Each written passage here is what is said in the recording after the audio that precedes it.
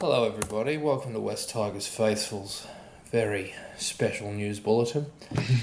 I'm Jared Reedy and this is Joe McCord. We'll just wait till this fills up until 4 o'clock and then we'll roll the intro. How's your day been, Joe?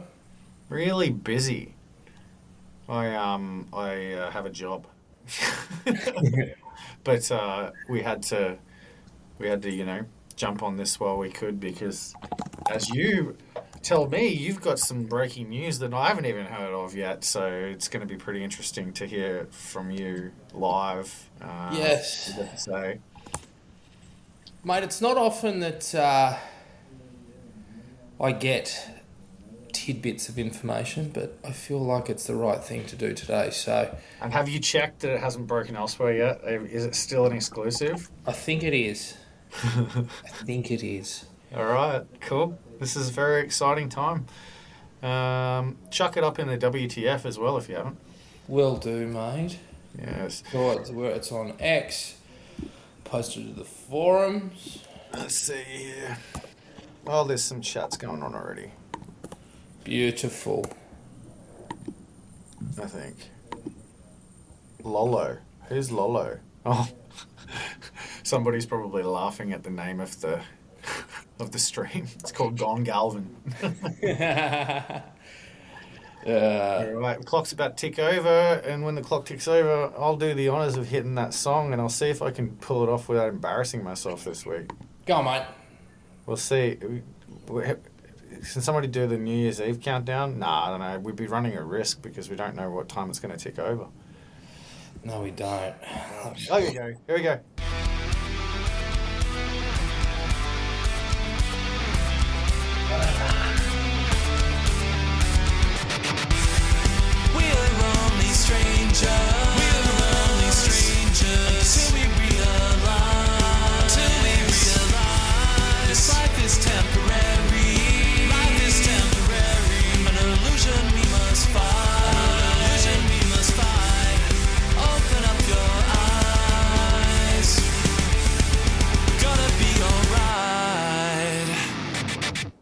West Tigers Faithful, not sure what number the episode is, because I don't think this actually qualifies as an episode. It's more of a breaking news bulletin.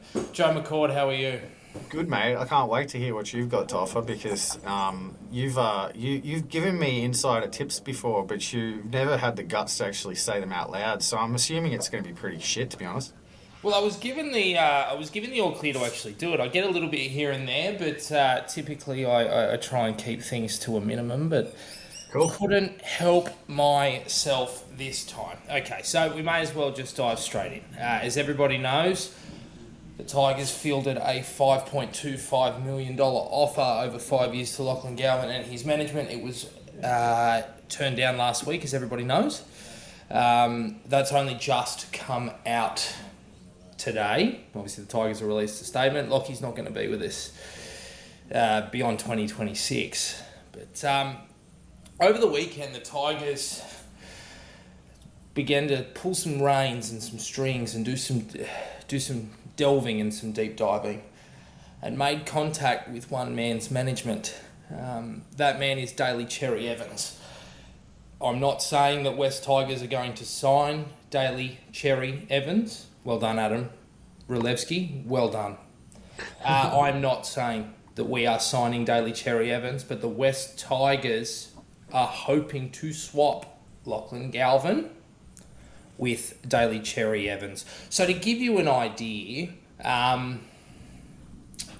Galvin is a Moses client, as we all know. Lachlan was actually shot to Manly in the preseason of 2024. There was a release request at that time from his management to West Tigers. It was turned down. Obviously, there was a lot of chat midway through last year. Now, Manly obviously have Anthony Large, which is quite ironic, given that he went there because Lachlan was blocking his path. They have Joey Walsh. They are chasing Jamal Fogarty.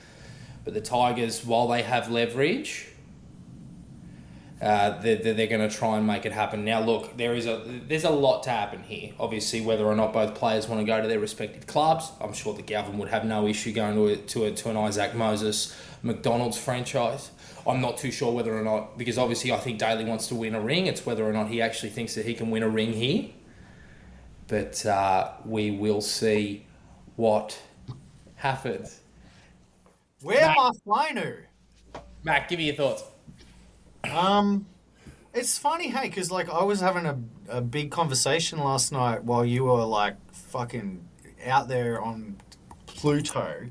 I don't even know how you're with me today. The amount of alcohol this guy consumed last night, to be out here breaking news at 4:00 in the afternoon, the day after what you went through, like, credit to you, mate.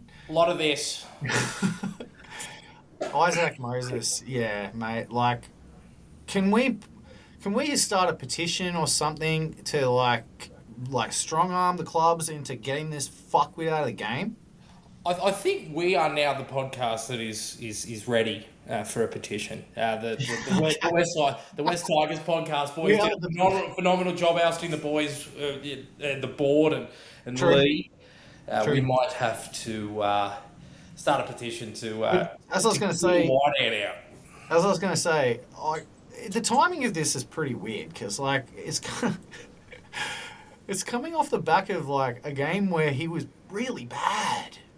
Like, it's almost like you're telling me that the Tigers started, like, making these moves over the weekend. Yes. And then he comes out and he puts in the performance, like, we won. Like, and we'll talk about that tomorrow. But, like, he was not good. And now maybe it makes sense as to why. Well, I was thinking that too. Once the news sort of broke, like, never kicks the ball dead. Did it 2 or 3 times yesterday. Got the angles on the kicks wrong. Was a little bit heavy. You know, maybe. But, look, they're going to come down on him like a ton of bricks. Well, what else can I say? At Combank, that's for sure. I mean, maybe. I don't know. Will they? Yes.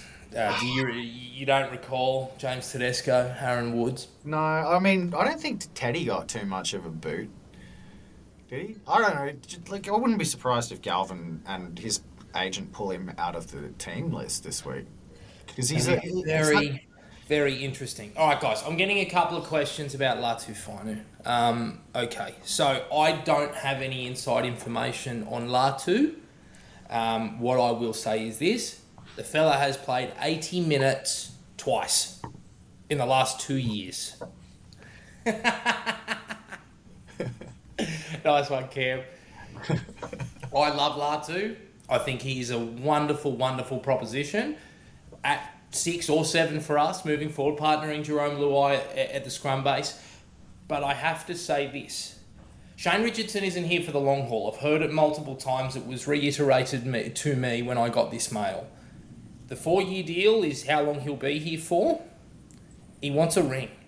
He wants another premiership. He wants to see another team on the podium with the proven that he has led back from relative obscurity. Now, as much as I love Latu is not a win-now proposition. Daly Cherry Evans turns us into premiership contenders overnight.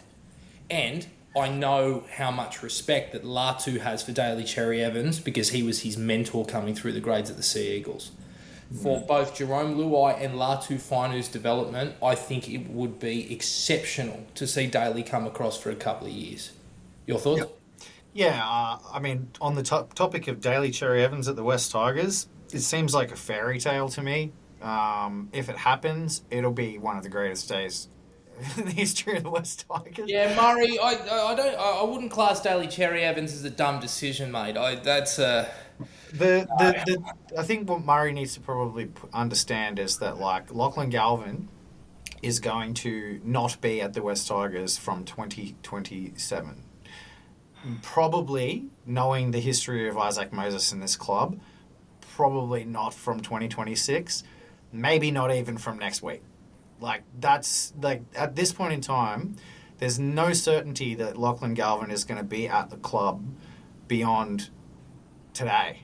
And Daly Cherry Evans, yes, he's long in the tooth, but this isn't swapping. This isn't us in a situation where we're swapping our future all-time great for somebody who's got 1 foot out the door. It's swapping somebody who's basically packed up and gone for somebody who is the form halfback in the NRL. Like, Daly Cherry Evans is old, but he has been the best halfback in the NRL this year. And if you disagree with that, look at the stats. Like he has been in career best form. He does not look like he's lost a step. People who know how to measure these things think he's got the potential to play many more years still. He's a different kind of beast. He's got that Cam Smith quality about him. He's got that durability. He's got that passion for the game still. And if he didn't have the passion for the game, he wouldn't have been making the choices that he's made about like his decision to move on from Manly and stuff like that. It would have just been like, oh, well, that'll do me. I'm retiring. And he's not. So I agree with you, Rudy. I don't think it's a dumb decision. I think if we could make that swap happen and we sign DCE on a 2-year deal this year and next year, it's perfect. I believe it's for 2026 onwards. As far as I'm aware, Ches wants to see out his final year at the Sea Eagles. Yeah. He's made that vow to the playing group, and quite frankly, Shane Richardson, he'd have Galvin, languishing wherever, first grade, reserve grade, groups, wherever it may be. I don't think that like DCE's guarantees to his playing group mean fuck all based on his history. But like if it all comes about that like the Manly ownership group and the CEO of Manly and the Tigers ownership group and the CEO of the Tigers, Lachlan Galvin and DCE all want to make this deal happen, it'll happen like that. It's gonna come down to Daly. A few people asking, would Jerome be happy with not being the main man? I would like to say that this feels to me like the Ben Hunt Brisbane situation. He's coming to win a comp and he's the cherry on top. Jerome's the cake. That's the way I see it. Jerome's leader of the club. His voice and his communication is extremely important. And we have a strong leadership base with Uppy and so forth. I understand where people are coming from, but at the same time, let's... Dad. Hey, Dad. Hey, mate. I told him about this earlier today. A lot of people saying us getting Insight Legacy just said getting DCE shouldn't cost us young players. Yeah, it shouldn't. But it also... It'd gain us young players. Let's be real. Well, he's helping to dig the well so these kids can drink. Like it's only 2 years realistically, and if Latu can get minutes wherever he can, who knows? Oh, okay. All right. We got some haters. Brandon does not like this idea at all. This is divided opinion. Let me point something out. Okay, let's take DCE off the table for a second. Let's point out the fact that yes, Lachlan Galvin just made a decision to leave the West Tigers, ignoring this DCE news, because there's only one fact that we know for sure right now, and that fact is that Lachlan Galvin is not going to be with the club past next year. That the club has made that announcement. That's happening. Lachlan Galvin and his management group made that decision, and the only clubs that he's been linked to are below us on the ladder right now. So the club has done all it could. Like when we had conversations earlier in the year about whether or not I thought Lachlan Galvin would continue on with the club, I said probably not. You remember, right? Like I didn't think he would stay. But I did say if he was gonna stay, it was gonna be because we were winning games, and that we somehow put the best offer forward. The club is winning games and put the best offer forward, and he still didn't stay. That means the club never had a chance. That's right. This club never had a chance. It is not the administration of the club's fault that this happened. The media, the first article I saw in retaliation to the press statement that the club released called it weird. It's the best statement the club has put out around something like this I've ever seen. I loved how salty it was. Whichever journalist labelled that as weird has an axe to grind and is on Isaac Moses' payroll, because there was nothing wrong with that statement. I have since gone to Reddit, Twitter, just to pulse check all of the fans around the NRL. Not a single fan around the NRL that hasn't been toxified by some dumb fuck journalist thinks this is bad for the Tigers. In fact, reckons it's all right. Even last night after the game, I went on Twitter just to look through all of the feedback on Twitter about Galvin's performance. There were people there that were saying the Tigers would be better off without him. This is people from other clubs. And everybody was honest about it. And look, I don't want to rub it in. Lachlan Galvin, you know how I feel about Lachlan Galvin, man. Like, I think Lachlan Galvin is fantastic and has amazing potential, but he was about to become a massive burden on this team's salary cap, and he was about to put enormous amounts of pressure on himself at a club that already has a lot of pressure on it, as you can tell. So, I don't think this is a bad thing. I don't think it's a bad thing even if DCE doesn't come. Because I was literally going to line up on Tuesday and I was going to call for Adam Dewey to take over the 6 jersey. You know this. It's in the Discord. I was literally going to come out and I was going to say, Galvin needs a spell in reserve grade. He's trying too hard. Adam Dewey is back to his old self again, and people need to remember that Adam Dewey as a 6 was not a bad player when he was at his prime. When he was at his best, he was our best player. To say that Lachlan Galvin of 2025 April 14 is better than Adam Dewey as a 6 right now, I don't even think that that's actually like I think that's a fair argument, to be honest. Yeah, I think especially considering like the amount of pressure Galvin was heaping on himself. So my point is, I honestly don't care. Good for Lachlan. Go, like, it's probably a smart decision for him and his management to have made, because it's going to take a lot of pressure off him depending on what club he goes to. Now, if he goes to Parramatta, even more pressure. Right. So he's like, you know what, Mike? Let's move on to predictions. What's going on with him? I think this is Perth. Ooh. Because okay. I saw a news story come out yesterday. WA Premier comes out and says, the talks with the NRL are back on again. Yesterday. So you think that they're lining it up for 27? Yeah. I think that Moses has already got... Well, I think Moses is planning this that way. I think that by the end of this year, the WA franchise is going to be announced, and I think that when he comes off contract, that's going to be the club that signs him. I think that their first choice is Canterbury. But there's a lot going on. And if that happens, if he signs with the Dogs, the outcry over that, can you imagine how much people are going to then look back on all the way that Phil Gould has positioned this shit? Yeah. I don't think Phil Gould's in a position where he can make that decision without completely destroying his reputation. My old colleague Blaine Cason's been very, very vocal in these comments. He actually mentioned that he thinks that a lot of opinion and bias has been swayed because DCE is a cane toad. I agree. Mate, he is so durable, irrespective of what goes on from here and whether or not he plays for West Tigers next year. I don't think Dewey's going to be our long-term option. My intention was to have Galvin have a rest and like have Dewey fill in at 6 in the meantime and let Galvin like just find his footing back in reserve grade. I'm not saying Dewey's our long-term choice. I'm not saying that this is fine because we could just move on to Dewey. I was pointing out that I'm not that upset with it because I was at a point where I was starting to think Galvin needed rest. Like, and if we're looking at a player who still needs to be balanced and sort of managed that way, we're not looking at a player we want to spend $1 million on. That's all I was saying, okay? So this is not about me, like, thinking Adam Dewey's the truth and he's going to save the club, so shut the fuck up. Randomizer. You think some of the boys are filthy at Galvin? Yes, I know it for a fact, because there's a certain player that played brilliant yesterday who is liking comments on Instagram of punters bagging Lachlan. Who was that? Can I say? Yeah, go on. Fanua Bolle. Oh, no shit. Yeah, that's my dog. This is Moses again, isn't it? He's not going to be at the club for very long. Charlie, lads, do you think this will impact our ability to retain TDS at all? No, not at all. No, the difference between Talon and Galvin is Talon bleeds West Tigers. That's right. Insight, they have Burton. Why would they sign Galvin? Because have you heard Phil Gould?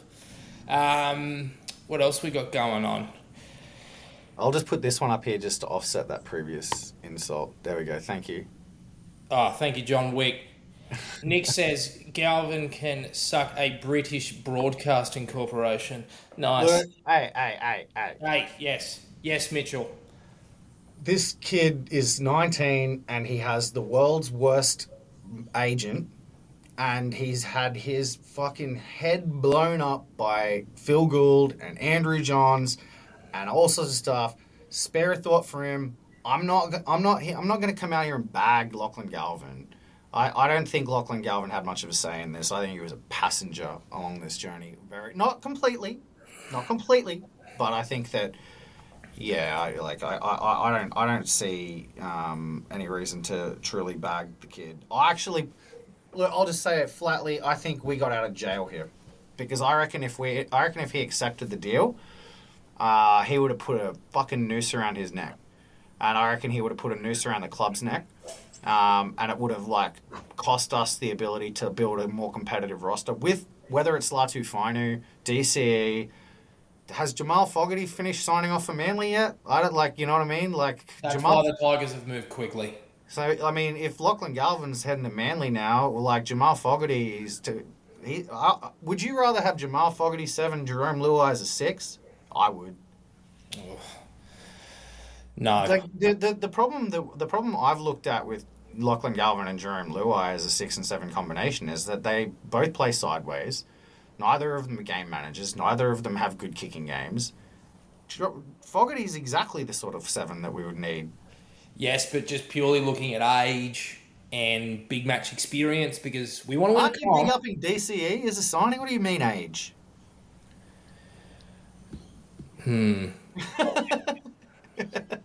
I understand. You want DCE because he's a borderline immortal, but if you don't get DCE. Yes. Who else is off contract right now that's currently floating around out there that is around the same clubs as what's being touted here? I'm just saying that one might make even more sense. Wait and see. But at the same time, I think they'll be conscious of Latu. They've got a 10, 15 year 5/8 there. So, look, this live chat's been unreal. Look, you said that you think that Moses has turned Galvin's head. Yes and no. I would put it to you this way. Doreen Bullett's an Isaac Moses client. I wouldn't expect him in a million years to do something like this, to be quite frank. Doreen Buller is the Crown Prince of the Pacifica, and he loves Jesus. Mm-hmm. Indeed. I mean, those two kids, they're not the same kids. They've got different values. They do, but ultimately, Lachlan's a big boy. He's been complicit in this decision, and he's got a lie in it now. A few people saying release him immediately. Sarah's calling him a snake. This is going to be really, really interesting to see the fan reaction at CommBank next Monday. I changed my mind. He's going to get booed to oblivion. Yeah, I think he is too. I was there that day, that Bulldogs match when Woods and Tedesco were lambasted by the WT faithful. So he won't run out.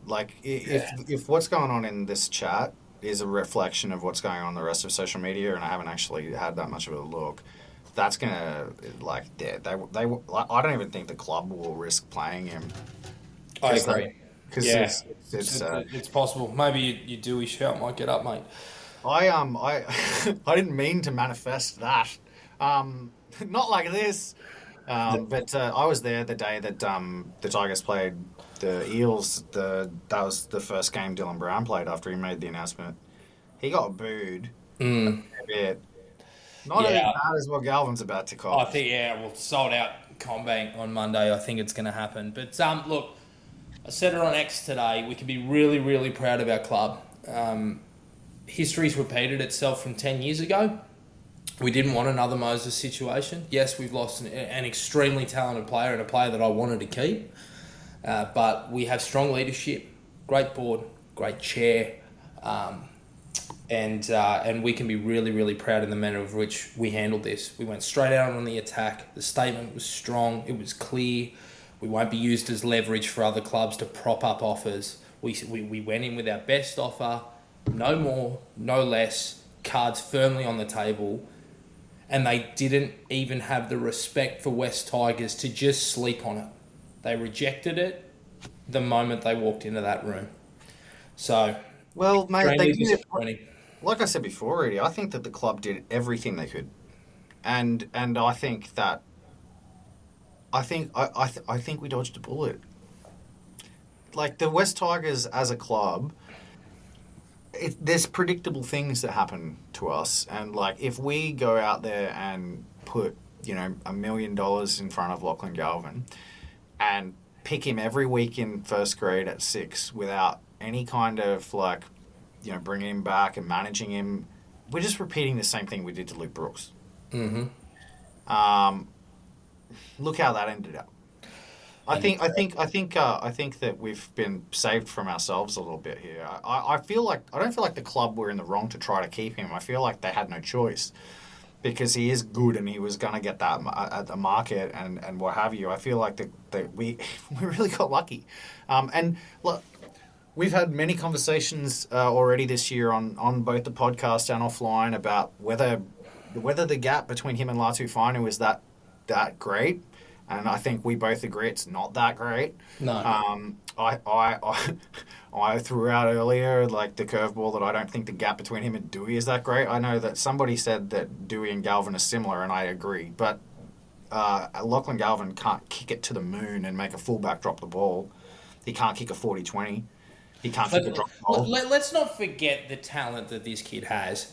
But right now, based on current form, I don't disagree, but look, he's still learning his trade, and I think that his apprenticeship is now probably going to be halted or delayed in some sense. Well, what do we do with him? Let's say hypothetically he does stay. Let's say that he just decides to, maybe he comes out on Total Footy or whatever, Matty George, and he faces the music this week and he goes, I understand why this would suck with Tigers fans, and he says the most intelligent thing ever, and everybody goes, you know what, that's fucking great. And you are staying for the next 2 years? All right, fine. What do you do?